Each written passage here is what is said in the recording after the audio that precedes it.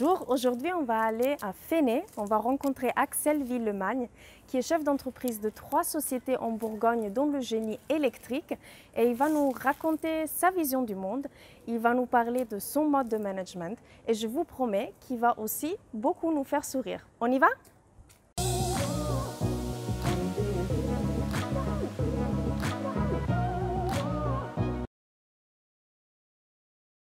La première société que j'ai rachetée en 2012, c'était lié au fait que voilà, je me sentais pas, enfin à ma place en tous les cas, dans des modèles économiques qui ne correspondaient pas à mes valeurs, etc. Malgré le fait que tout le monde affiche des belles valeurs, des chartes de 50 pages, enfin, surtout dans des multinationales. Donc j'étais dans une multinationale. Et de toute façon, tout au long de mon parcours, j'ai fait rarement plus de 5 ans, 6 ans dans une entreprise. Soit parce que je m'y plaisais bien et justement je grimpais, et à un moment donné je devenais un peu trop pesant, ou alors parce que j'y trouvais pas ma place. Mais bref, donc ça m'a semblé être la meilleure voie, et j'ai commencé à mettre en place ce système de management qui fait que naturellement l'entreprise s'est développée. Oh, c'était très patriarcal. Voilà. Hein, on va dire que voilà, le chef d'entreprise en plus s'intéresse à tout, t'as fait quoi, t'en es où, enfin, mais enfin, bon, j'allais dire avec un bon état d'esprit, oui, ou c'est partagé, enfin voilà. J'ai mis en place ce modèle de management et j'ai commencé par la base de définir une charte. Et donc, qu'on a écrit en commun, ouais, et de dire comment on veut travailler ensemble. Tout le monde a participé. Alors, on a fait des choses simples en disant, donner 10 mots qui représentent le plus de choses pour vous en termes de valeur au sein de l'entreprise. Et ce qui est ressorti, la plupart du temps, c'est la responsabilité et l'autonomie. Et puis, voilà, la qualité. Et donc, à partir de là, on a fait une phrase en disant, travailler chez Guillaume Villemagne, c'est tac, tac, tac, tac, et voilà. Et aujourd'hui, chaque salarié signe cette charte. Et moi, je leur explique que le contrat de travail, ça, c'est légal, on est obligé.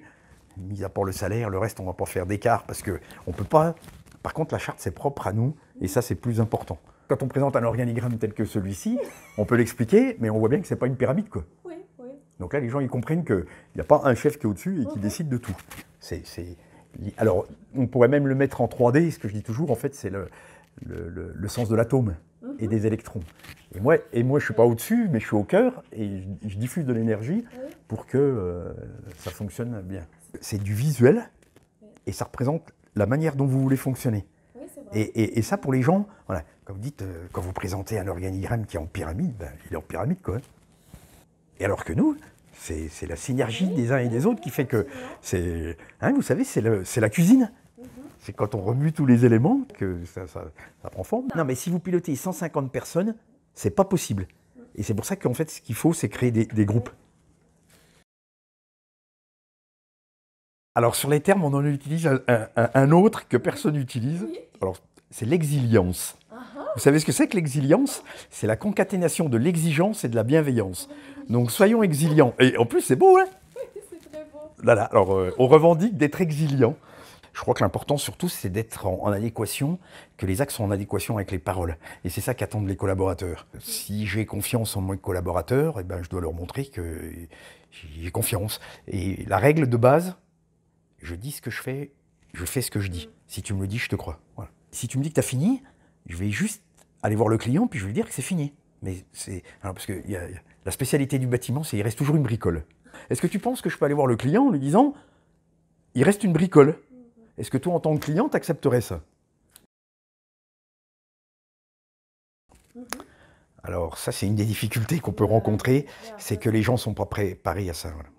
Les gens ne comprenaient pas pourquoi j'étais pas là le premier au bureau, pourquoi j'étais pas là à leur dire ce qu'il fallait qu'ils fassent. Je crois qu'en plus, on n'est pas préparé. La société ne nous y prépare pas.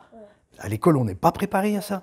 On a toujours un référent, et c'est qui connaît, qui sait, ben, c'est le référent. Et puis après, ben, on arrive dans les entreprises, on a un chef. Hein? Oui, c'est vrai. Donc, il y a toujours un référent qui sait, et c'est lui qui sait surtout. Mais non, c'est pas comme ça. C'est celui qui fait qui sait. Si tu fais pas, tu sais pas. C'est pas plus compliqué que ça.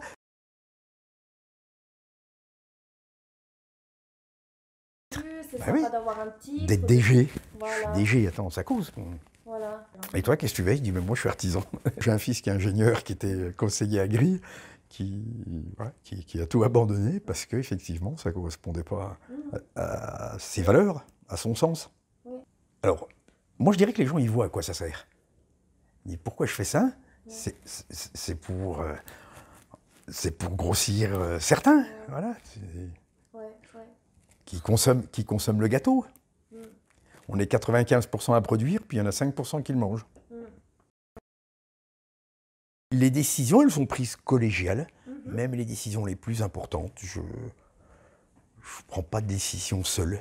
Même par exemple, quand j'ai fait un rachat externe, voilà, j'en ai parlé à ma principale collaboratrice, parce que j'ai besoin d'avoir leurs avis. Ouais, ça me conforte ou pas, voilà, dans mes choix, en disant, bah oui, j'ai peut-être pas fait de bon choix. Parce que alors que si vous ne les partagez pas, ben, hein, c'est aussi l'histoire de la pyramide à l'envers, donc vous êtes seul à prendre des décisions. Donc ça, je les partage. Et effectivement, hein, comme je disais tout à l'heure, c'est toi qui fais qui c'est, donc tu sais, tu es responsable. Ok, moi je ne fais pas de choix pour toi. Sur le chantier, ben, l'ancien dirigeant, il a dit, ouais, ben non, mais il faut que tu fasses comme ça, il faut que tu fasses ci, il faut que tu perces là, il faut que tu... Attends, non, en plus, c'est pas comme ça, parce que c'est terrible. Ça veut dire que moi, en tant que dirigeant, je dois penser à tout, sur tout. En plus, c'est pas le genre de vie que je veux. Voilà, exactement. C'est ça, c'est personnel. Alors, sur le niveau de rémunération, à aujourd'hui, il n'y a que moi qui décide. Ça, c'est vrai. C'est dommage, d'ailleurs. Voilà. Par contre, il y a eu un groupe de travail à Pontarlier, et en fait, ils ont travaillé sur la rémunération exceptionnelle. Et ils ont défini comment ils voulaient être rémunérés, mais ça, c'est que sur les primes. Hein. Mais comment ils souhaitaient être rémunérés. Et donc, ils ont mis en place un système qui était assez élaboré. Par exemple, ils ont dit, justement, en termes de valeur et d'implication dans l'entreprise, eh ben déjà, pour toucher cette prime annuelle, il faudra faire au moins une année de travail. Parce que nous, tout ça, on l'a construit. Le mec, il arrive, au bout de 6 mois, il touche déjà la prime. Oui, c'est juste. Et donc, je les vois tous. Et puis, justement, sur la rémunération, j'ai dit, alors, cette année, à combien t'estimes ton augmentation? Et là, les gens, ils sont toujours inférieurs à ce que moi j'ai prévu. Alors, au début, c'était amusant parce que, on parlait, la rémunération, t'as réfléchi à combien tu voulais? Alors, au début, les gens disent, bah non, bah oui, parce qu'ils ne s'attendent pas à ça. Mais je dis, tu sais quoi, tu reviendras l'année prochaine. Comment ça? Bah oui, si tu sais pas combien tu veux, c'est moi qui dois décider de tout pour toi. Alors c'était un challenge, mais au début je faisais ça, ouais, c'était rigolo. Et aujourd'hui, bon alors, combien cette année? Et voilà, petit à petit, je grandis aussi moins dans tout ça, dans la mise en œuvre, pour avoir des décisions qui soient de plus en plus partagées, et le plus tôt possible. Voilà. J'arrivais le dernier au bureau et je me faisais un honneur, et des fois j'arrivais à 10h, 9h. Et personne ne me demandait rien, enfin, ça va, ouais, tout va bien, ok. Let's go. Si chacun joue son rôle et l'assume, eh ben voilà, c'est une chaîne. Hein. Donc, et moi, je suis qu'un élément de cette chaîne. Voilà, donc effectivement, s'il y a un élément qui manque, ben, ça manque. Mais moi, c'est pas de savoir si les mecs sont là à 7h30, et puis d'aller voir si tout est clair sur le chantier. Enfin, c'est pas mon rôle de dirigeant. Complètement. Voilà. Mais complètement. Et un jour, on faisait une réunion, et les gars me disent « Ouais, mais nous, on voudrait plus des heures. » Et là, sur le coup, oui, moi-même, parce qu'avec la culture, je suis pas d'heures, tu te rends compte. Et il m'explique pourquoi. Et puis en fait, je me dis, ben oui, il a raison. Si on veut les responsabiliser. Donc maintenant, ils n'ont plus d'horaire de travail fixe. Il n'y a pas d'école, il n'y a pas de règles. C'est chaque entreprise, c'est déjà, comme vous le disiez, c'est non seulement la volonté du dirigeant, mais c'est surtout l'inspiration, à quoi il croit. Quelles sont mes valeurs personnelles? Qu'est-ce que disent les systèmes de qualité? C'est qu'il faut obligatoirement un système de mesure. Et moi, c'est pareil, c'est des questions qu'on me pose. Comment tu mesures? Eh bien, je ne mesure pas. Je ne contrôle pas, je ne mesure pas. C'est au feeling. Je sens, je me dis, tiens, bah, les gens sont plutôt bien. Ou alors, quand ils ne sont pas bien, j'y prête attention. C'est-à-dire que moi, je mets un point d'honneur à dire le matin, bonjour, comment ça va? Et le comment ça va, c'est pas une formule de politesse. Si un de mes collaborateurs me dit bah, pas terrible, eh ben, je m'y intéresse vraiment. Je vous explique comment ça ne marche pas. Systématiquement. Systématiquement. On commence par la négation. Ouais. Voilà. Vous leur dites, regardez, le gars, il part à 3h, il va rattraper. Et les gens vous disent, ah ouais, mais t'es sûr qu'il va rattraper? Attends, il va pas rattraper 1 heure pour 1 heure.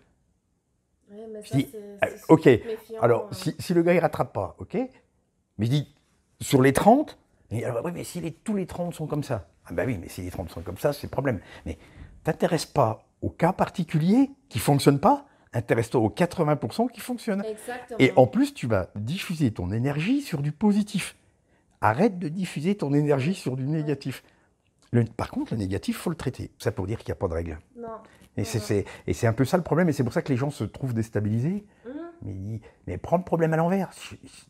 Définis justement un modèle qui te convient. Exactement. À quoi t'aspires? Mais je dis, t'as le droit de vouloir être un tyran, hein. Mais par contre, il faut l'assumer et le dire clairement à tout le monde. Et au moins, les gens en face de toi le savent. Oui, c'est vrai. Je l'accepte ou je l'accepte pas. Alors moi, je donne toujours une image, enfin, je fais beaucoup d'images parce que je pense que pour les gens, c'est plus simple à comprendre. C'est l'histoire du train. Je dis, voilà, je suis dans un train, l'entreprise c'est un train, tu as le droit de rester sur le quai. Hein. Tu n'es pas obligé d'y monter dans le train. Il n'y a personne qui t'oblige à monter. Donc si tu n'es pas en lien avec ce type de train, ben, tu choisis un autre train, tu vas sur le quai d'en face. En fait, aussi, des fois, on s'attache à... C'est pas fait comme on voulait, mais l'essentiel, c'est qu'il faut que ce soit bien fait. C'est ce que je dis, il y a un point sur lequel on ne peut pas transiger, je pense, dans une entreprise, quelle qu'elle soit, c'est la qualité. Oui. Mais à partir du moment où c'est fait, puis que c'est bien fait, mais c'est pas fait comme on le souhaite, nous. Mais que ça gêne qui, en fait? Mais il y a des fois, c'est irritant. C'est vrai, quand on est dirigeant, on dit... Puis aujourd'hui, c'est vrai que j'arrive avec le recul, je me dis, ben voilà, c'est bien, le client est satisfait, donc c'est que c'est bien. C'est pour ça qu'aussi je suis un bon candidat, parce que voilà, je suis un optimiste, voilà, un éternel optimiste. Le bien-être au travail, est-ce que ça se mesure? Je suis bien ou je suis pas bien? Puis ça dépend du contexte. Moi, je me sens bien dans ce que je fais, je suis très heureux de l'avoir fait. Et voilà, on dit qu'il ne faut pas avoir de regrets. Je n'ai pas de regrets, mais j'ai presque fait trop tard. Mais c'est pareil, j'avais aussi une certaine maturité qui m'a permis de...